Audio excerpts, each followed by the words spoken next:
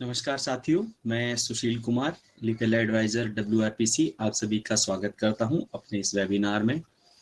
और साथियों, जैसा कि आप सभी जानते हैं और अगर नहीं जानते हैं, जिन्होंने अभी ज्वाइन किया है तो उनके लिए मैं बताना चाहूँगा, जो हमारा आज का या इस हफ्ते के जो हमारे वेबिनार्स रहेंगे, उन वेबिनार के अंदर जो जिन टॉपिक पे डिस्कस किया जाएगा, तो वो जो टॉपिक हैं, पहला टॉपिक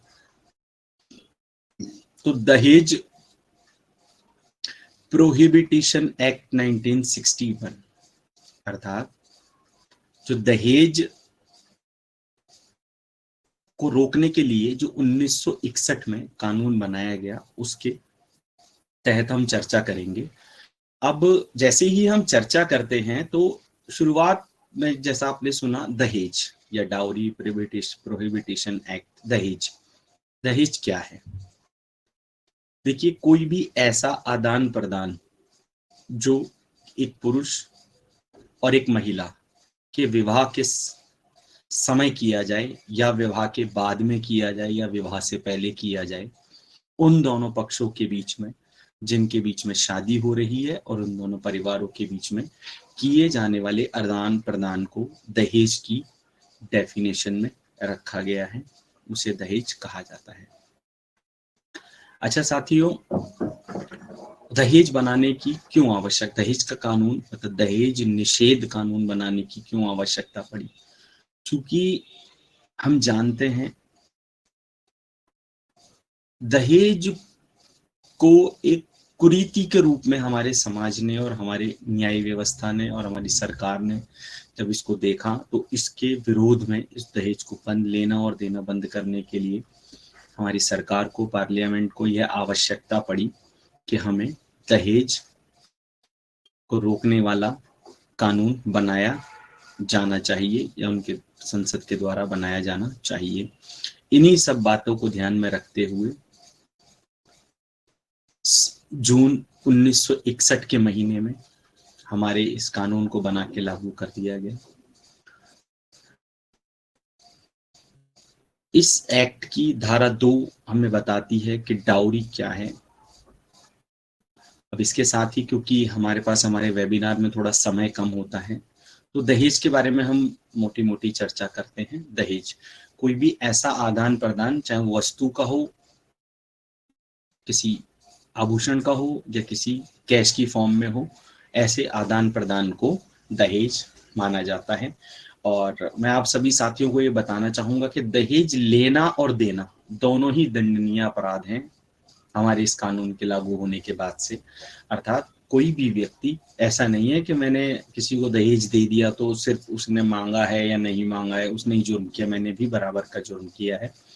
तो कानून की दृष्टि में हम दोनों के दोनों, दहेज लेने वाला और दहेज देने वाला, दोनों के दोनों दोषी हैं। दोनों के खिलाफ मुकदमा चलाया जा सकता है, चलाया जाएगा यदि कोई पक्ष कंप्लेन करता है, और दोनों को ही सजा का भी प्रावधान है।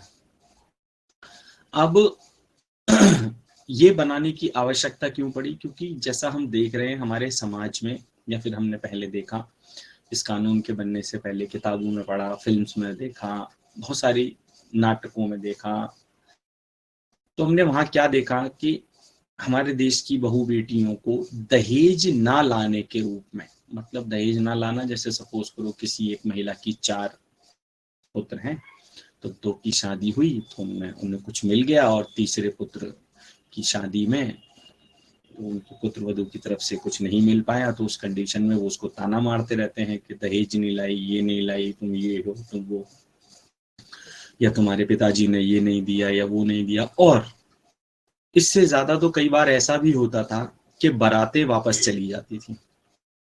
किसी व्यक्ति ने कहा मुझे तो इतना चाहिए, अगर आप इतना नहीं दे रहे तो मैं बारात वापस लेकर जा रहा हूँ। तो इन कुरीतियों को समाज से हटाने के लिए ही हमारी संसद को और सरकार को दहेज विरोधी कानून लेके आने की आवश्यकता पड़ी। यदि ऐसा नहीं किया जाता तो हमारा देश और कुरीतियों की तरफ बढ़ता चला जाता। तो साथियों, आज के लिए हम इस टॉपिक को यहीं पे समाप्त करेंगे, और कल इसके बारे में कि इसके अंदर कितने सेक्शंस हैं, कौन कौन सी सजा का प्रावधान है, किस किस को सजा दी जा सकती है, इनके बारे में हम कल चर्चा करेंगे। तो अभी हम शुरू करते हैं अपने क्वेश्चन आंसर का सेशन। तो प्लीज आप अपने क्वेश्चन आंसर्स बताएं।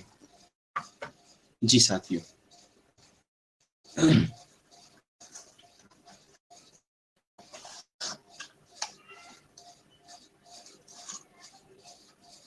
अगर आपका कोई सवाल है तो प्लीज बताएं।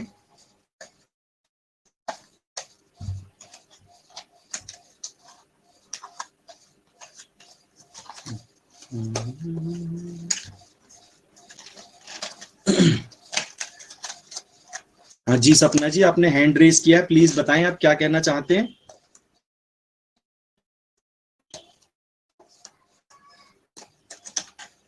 आपको मेरी आवाज तो आ रही है ना?